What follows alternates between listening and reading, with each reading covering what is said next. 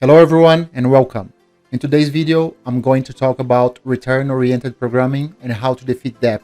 To get along with this video, I suggest that you have at least some sort of contact with vanilla buffer overflows, know a little bit about assembly code, right? The operations you can execute like move, push, pop, exchange, increase, decrease, just basic building blocks, and know what are the registers you have in a computer. In this case, it's 32 bits or x86, the purpose of each register, right?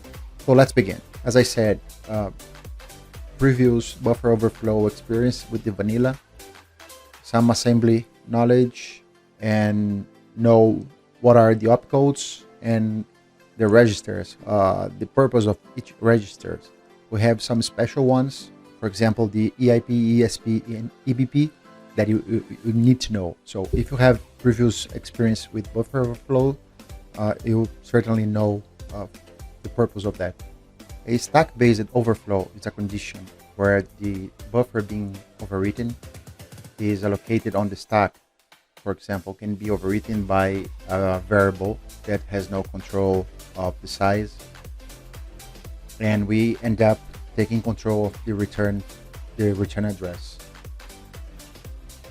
That's a view of the Windbg. So you see here in this example that we have the EIP, that is the instruction pointer, being overwritten by 41s. Usually what happens is that when a function ends, the return address will go back to the caller. But in our case, when we have control of the returning point or the instruction point, we can point that to another place in memory, where eventually we're going to have our shellcode there and getting a reverse shell, for example. Usually when you have control of the EIP, you search for a jump ESP address, so you can jump directly to the stack and put your executable code there or your reverse shell there. How to protect that? So Microsoft came along with a technique, call it DEP, that means data execution prevention, and basically it's a feature that monitor and protect specific areas of the memory. When DEP is enabled, the memory pages are marked as read-write and not executable, as we're going to see later on. So the researchers came along with the ROP technique, that basically is a technique that allows an attacker to execute code in face of these protections. In this technique, the attacker gains control of the call stack to hijack program control flow and executes carefully chosen machine instructions sequences that are already present. That's super important. So we are going to execute instructions that are already present in memory, and those are called gadgets. Each gadget typically return with a return, or let me rephrase that. So a gadget typically ends with a return. That's why the name return-oriented programming. So you're going to have an instruction followed by a return, and chaining all these gadgets, you will end up performing arbitrary code execution. An example, so you can imagine that you have some DLLs loaded into memory. Each module will have functions inside, as naturally happen, and you know that you have the specific instructions you need to execute to complete some task. So you start executing the function A or the instruction A, and you can get the address of that gadget A followed by return. Then you need a C1, right? So the C1 is in the same module in this case. Then you need to execute B. B is in another module. Then you need to execute D, that is on another module. Then you need to execute C again. So there's no problem. You can reuse the same address you found before, and so on. That's the idea. And how is going to help us defeating that? That's right. We're going to change the memory protection. Memory pages marked as page read-write can't execute code. With some luck, you might end up with some loaded modules that will help you to change the permission of that specific part of the memory. Those are VirtualAlloc, flProtect, and write process memory. There's a couple more ones that I'm not mentioning here because it's outdated, or basically because I prefer to use those three. You can see here the protection level, that is this code 4, which means page read-write. In this area, for example, in this address, I can't execute any code there. And once I change the memory protection, I'll be able to execute, because the page will be marked as page execute read-write. That's the idea. So first of all, yes, I need What? an address of the VirtualAlloc. Where is the VirtualAlloc address? I don't know. Yeah, but we have means to find that. One of them is to use IDA Pro, for example. In IDA, you can load some DLL there and check the modules that this DLL is using. For example, in this case, I have loaded the Qt54.dll. This is a DLL from CloudMe. That is the software we're going to exploit.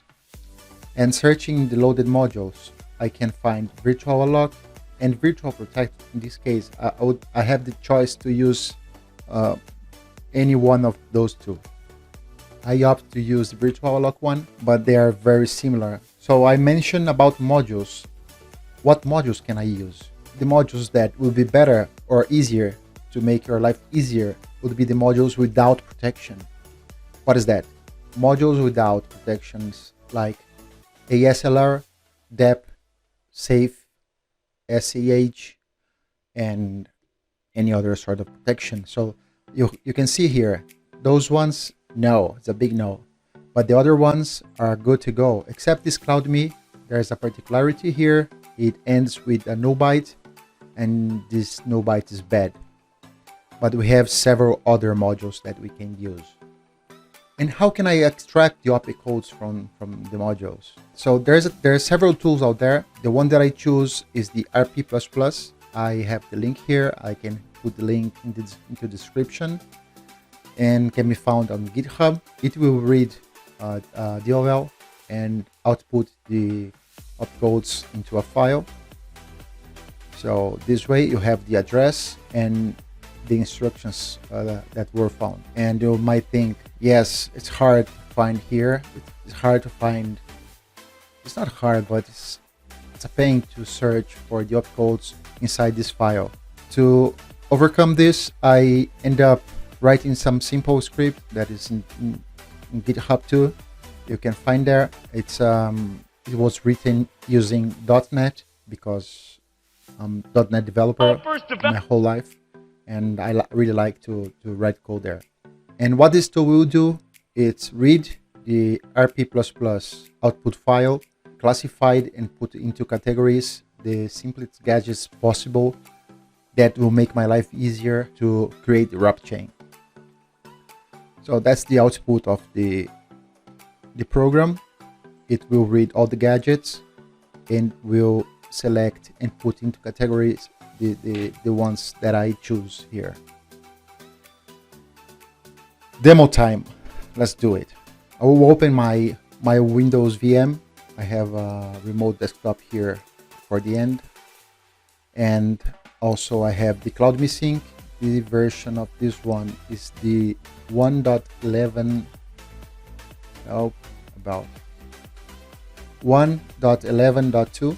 This is the vulnerable version. I will not write all the code, but I will show you. So we have our main function here that will receive a payload and store into this variable, so we can connect with the CloudMe Sync and execute the payload.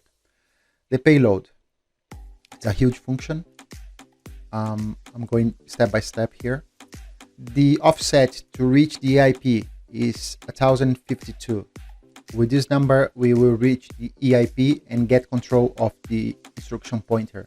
Why not put there jump ESP? Because once we add there jump ESP, when we reach the ESP, the ESP will be marked as page read write, so we can execute code there. We need to change the protection, and to change the protection, we're going to use the VirtualAlloc. That's the signature of the function. It will receive a couple parameters here. So this is the memory address that we want to change the protection level. This size is the size of the area of this memory we're going to change. In our case, doesn't matter. We can send a hard-coded number here. Allocation type and flProtect, that is the protection mode we're going to execute or that we're going to change. I'm going to debug this and it'll be easier to understand, but we need to assemble into memory a structure like this.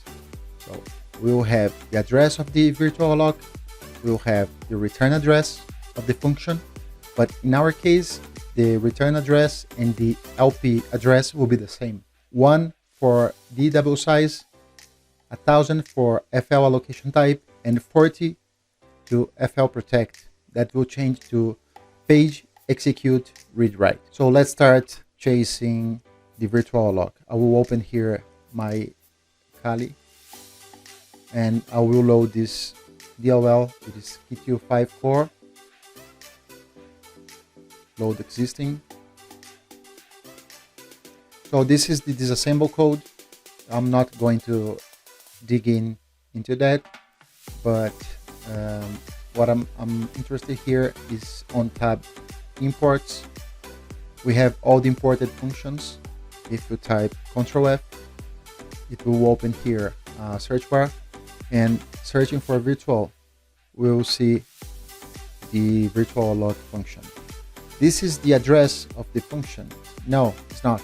This is the base address, but for us, it's enough. This base address will never change. If I reboot this machine, the base address will remain the same. If you check here, the 690398 is the same address I have here, and this is the one that I'm going to use on my payload.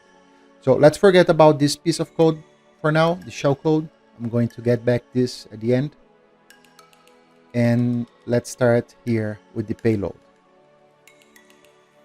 The basic payload will start adding 41s, that means capital A plus some structure, because I want to make it visual, that will serve as placeholder for the other memory addresses that we need to override there. And in the line 150, we have a gadget here that will simply return. Once this address is executed, it will return and get the first gadget on this variable. This variable is just a concatenation of all the other addresses we have here. ROP chain is an array of addresses. And well, let's start it. So let's start my Windbg.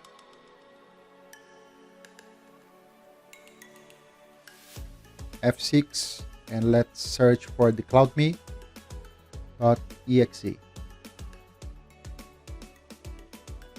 Okay, first thing is to search for the modules available. So I'm going to load a module here on Windbg, call it Narly, and I'm going to execute a command named nmod. It will list all the loaded modules with their respective protections. And what I used to do is copy all this output to a text editor and select the ones that does not contain any protection. So I have the list here. This is the list that I end up. And let me explain how the RP++ works. So you have the executable, you have the first parameter, that is the -f, where it will receive the DLL you're going to inspect. The second parameter is the -r, that is related to the number of gadgets you're going to have on your file. I'm using here / unique to not add duplicates there, and outputting that to a text file named ROP. So let's run this. It will take a while. I will open and put here on this console, and I'll get back when the execution ends. Okay, so I have here the RP++ output. It's huge. It's a huge file, and as I said earlier, it's kind of hard to search here. I'm going to execute the program I created that will classify the simplest gadgets into another file. And in any case, if I don't find the gadget I'm looking for, I will get back to the original one and trying to search there. Good. It classified all the gadgets into these categories. Let me open and show you guys how the output looks like. So you have the categories here, the number of founded gadgets, so the reference operations, write operations, well, some categories that makes my life easier when I'm writing a ROP chain. So let's back. Let me clear the command screen. I will add a breakpoint on this address. Breakpoint is command is BP and the address. If you type DL, it will list the breakpoints available. If you'll notice, this is the DLL where this address belongs, and if you see here, the output generated by my program will say that. So it's easier. It makes your code documented to, well, at least for me. All right, it's a personal choice. Okay, so the debugger will break into this address.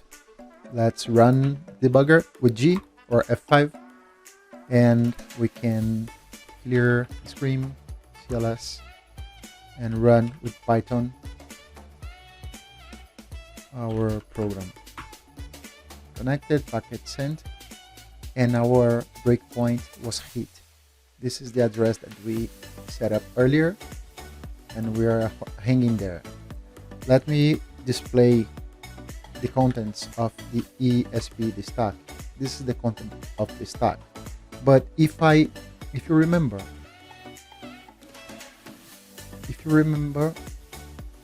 before this address, I have the placeholders. So we need to see on some bytes before a couple of 45s, 46s, 47, 48, 49, 51. We need to see this structure assembled there, right before this address. So if I type subtract 1C, that is equivalent to 12, it will display the placeholders. If I go back a little bit more and subtract 20, we see that before the 45s, we have the 41s. So the 41s are the ones we're sending here. So we have here the 41s, our placeholders, and our breakpoint, that's the return instruction. After the return is completed, it will get the first instruction on our ROP chain. That will be this one. The idea here, first step, is to get a copy of the ESP, so the address where the stack is. So we can calculate 12 bytes ahead, and we can get into the 45 where 45 is hanging. So let's do it. The first instruction I found on the gadgets was a push ESP that will push the previous, well, this used to be the address of the ESP. We pushed the ESP, so this address came here on top of the stack. We're going to pop into EBX. We're going to take this value and put into the EBX register. So this 47 will change to this address. All right.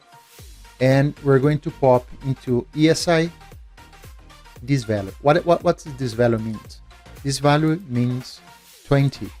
That in this scenario is the number, the exact number I need to get back into the 45s. If you want to use the debugger as a calculator, you can subtract here from 0 this value. You see that is 20. Okay, so I'm popping this number. It's minus 20 in this case. Return. And now we have into EBX the value of the stack. What we need to execute is to add -20 into this address. So if I type here the EVX, but if I type EVX minus 020,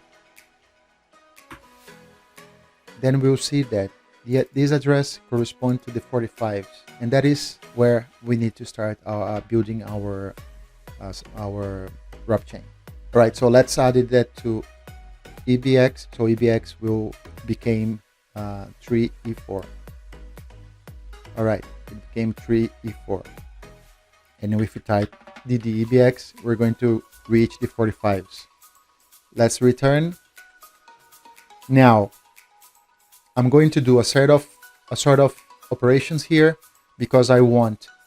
Let me open the code. It's easier. So I'm doing here some sort of operations because I want to put into EAX the VirtualAlloc, the base address, and I want to have a copy of this address where we have the 45s into ECX. So EAX and ECX are the most common ones, and it is easier to find gadgets for these two registers. That's why I'm doing what I'm doing here. So I'm exchanging values between the register till I can get the address into ECX, so I can work with the EAX to do the operations, the write operations, the reference operations, and yeah, that's it. All right, so now I'm going to exchange EAX with EVX, return. I'm going to exchange ECX with EAX. In this case, right now, EAX contains the address of the 45. So typing dd EAX, it will reach the 45s. I'm going to move this address to ECX, return, and the same, if I type dd ECX, now it's pointing to the 45. Let's pop into EAX this address, or the base address of the VirtualAlloc. So that's the value we have here into EAX. Let me clear the command, and if we type u EAX, you see that will point to a TQ54. It's not the address of the VirtualAlloc. To get the address of the VirtualAlloc, we need to get the content where EAX is pointing to. So let me try to type here to get the value where the EAX is pointing, and you'll see that if we get the address where EAX is pointing to, we will get the VirtualAlloc. That will be our next instruction. So the debugger already figured out that this will be the VirtualAlloc address, and we're going to dereference this value and update the EAX itself. So this is the address of VirtualAlloc. Let me clear the screen, and if we type u EAX, we're going to see that we have the address, the exact address of the VirtualAlloc. Let's move on. Next step is a write operation. So we're going to write in the memory area where we have the 45s, the address we figured out from our VirtualAlloc. And if you type here the ECX, we know that 45 they were updated with the address of VirtualAlloc function. Okay, let's move to the 46, and 46 and 47 will be the same. So let's do it. Next step is to move our ECX to the 46. So we're going to increase ECX by 4, running 4 times an increase operation. All right. So typing here dd ECX, it will point to the 46. So we move 4 bytes ahead. I'm going to make a copy of the address of ECX into EAX, return. I'm going to pop into EDX this value that will be a value that I choose where I'm going to put our shellcode in the future. So it's minus 20, it's 220, minus 220. Sorry, this address. So it's a minus 220. And I'm going to add that into the copy I have from ECX. So ECX plus 220 will be the place or the address that I'm going to change the protection, and the place where I'm going to add the reverse shell. This is the operation. So EAX, I have the copy of ECX, and if you type here EAX, it's pointing to the 46. So 46 plus, in this case, it's a subtraction because I'm going forward, but I'm subtracting minus 220 from the address that EAX is pointing to, and I will have the place where I'm going to put our shell in the future. If I type dd EAX, you'll see that will probably is some place here between these 90s, the operations we have in place in our shellcode. Good. So now we have this address. This address will be the address that we're going to use to change the memory protection. Same, it's a write operation. We're going to write this address into the place where we had the 46. And if we type dd ECX, we have the same value that we had previously on EAX, right? So the 46 were updated. Let's move on to the 47. Same thing, we need to increase by 4 number of bytes on ECX.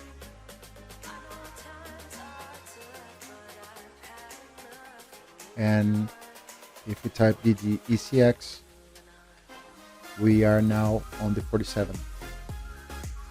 As the 47 will receive the same address we had on the step before, it would be a matter just to write the content we have on EAX into this position. Good. Increase by 4 so we can work with the 48s. Typing dd ECX, we are now positioned on the 48s.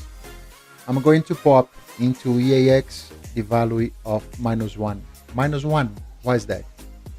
So if you pay attention here,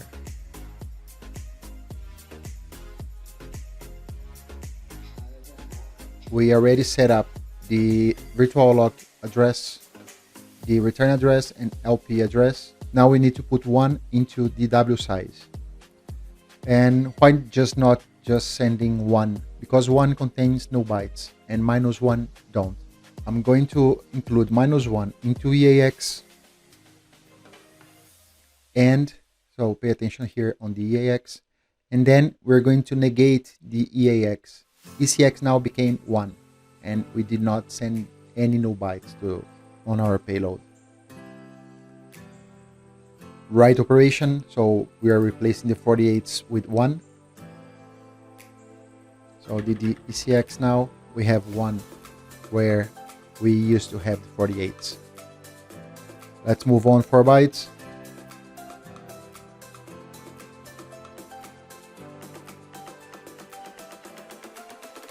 Same story. We need to add this value that's equivalent to 1001. And why 1001 if I said earlier that I need 1000? Because same story, 1000 contains no bytes, and no bytes are bad for us. It's bad for sending over the wire. So I'm sending 1001, and then I'm going to decrease this number by 1. Let's do it. So popping this value here into EAX, returning, negating EAX, it became 1001, return, decreasing EAX by 1, we're having 1000 here. That's the value we expect. Returning, and now the write operation, we're going to override the 49s with this value here, 1000. So DD ECX, we have 1000. So now it's time of 51s. Let's increase by 4 ECX.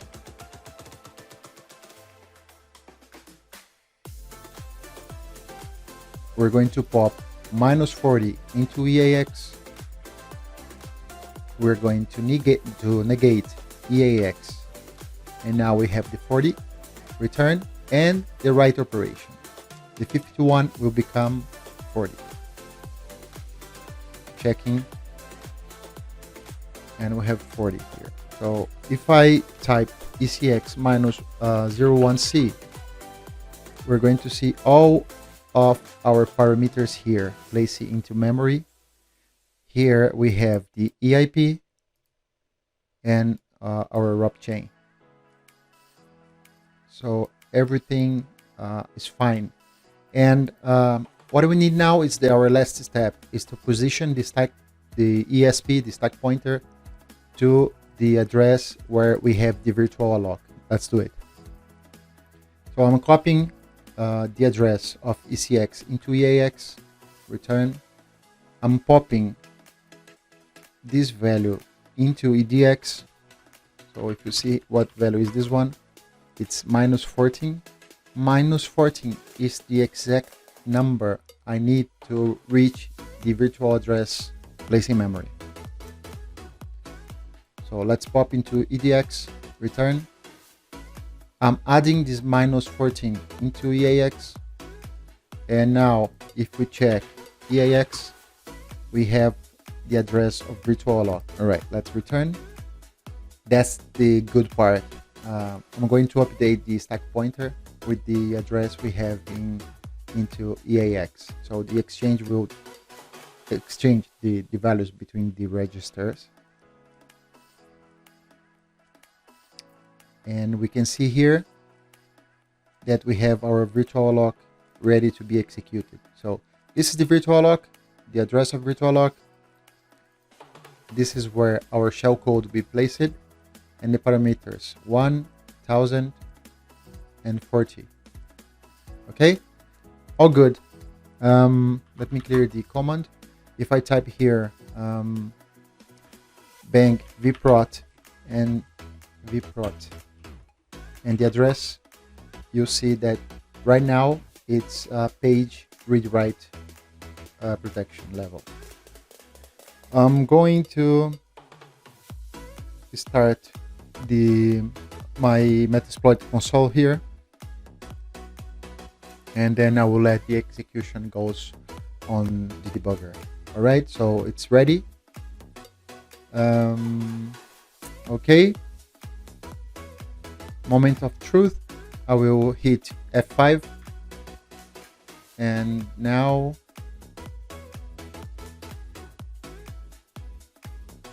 we should see the reverse shell here. One thing that I didn't show, but I can do it now, is to check again the protection level. So if I type here vprot again, you're going to see that the protection level of the same address we used to have here, change it to page execute read write. And we can check, of course, we can check here. We can execute a shell. The debugger is holding the process, but we can execute on who am I. MWD is the user that I'm using, and the host name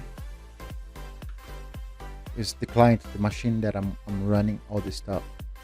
All right, that's it, folks. I hope you enjoyed the video, and I hope honestly to be able to help some of you out there with this topic. Please feel free to keep in touch. My contacts there, my GitHub, or everything that I showed here, I'll put into the description, and it will be my pleasure to get along with you guys. Cheers. Bye bye. Bye bye.